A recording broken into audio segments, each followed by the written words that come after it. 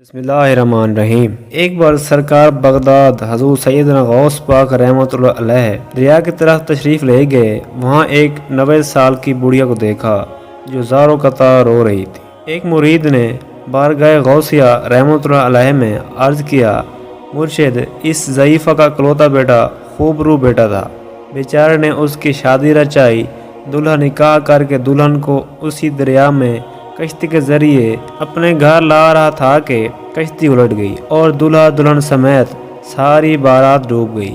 اس واقعے کو آج 12 سال گزر چکے ہیں، مگر ماں کا جگرہ ہے، بیچاری کا غم جاتا ہی نہیں۔ یہ روزانہ یہاں دریا پر آتی ہے اور بارات کو نہ پا کر رو دھو کر چلی جاتی ہے۔ حضور غوث اعظم رحمۃ اللہ علیہ کو اس ضعیفہ پر بڑا ترس آیا۔ آپ رحمۃ اللہ علیہ نے اللہ عز و جل کی بارگاہ میں ہاتھ اٹھا دیے۔ چند منٹ تک کچھ ظہور نہ ہوا۔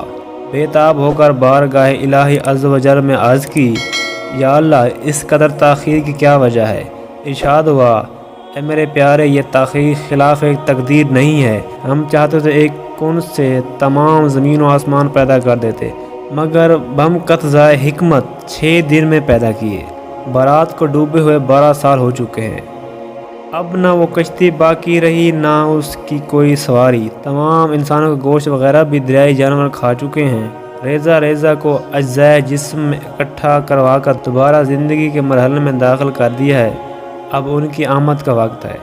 اب یہ کلام اختتام کو بھی نہ پہنچا تھا کہ یک وہ کشتی اپنے تمام تر ساز و سامان کے ساتھ بمائے دلہا دلہن و باراتی سطح آب پر نمودار ہو گئی اور چند ہی لمحوں میں کنارے آ لگی۔ تمام باراتی سرکار بغداد رحمۃ اللہ علیہ سے دعائیں لے کر خوشی خوشی اپنے گھر پہنچے۔ اس کرامت کو سن کر بے شمار کفار نے آ کر سیدنا غوث اعظم رحمۃ اللہ علیہ کے دست حق پر اسلام قبول کیا۔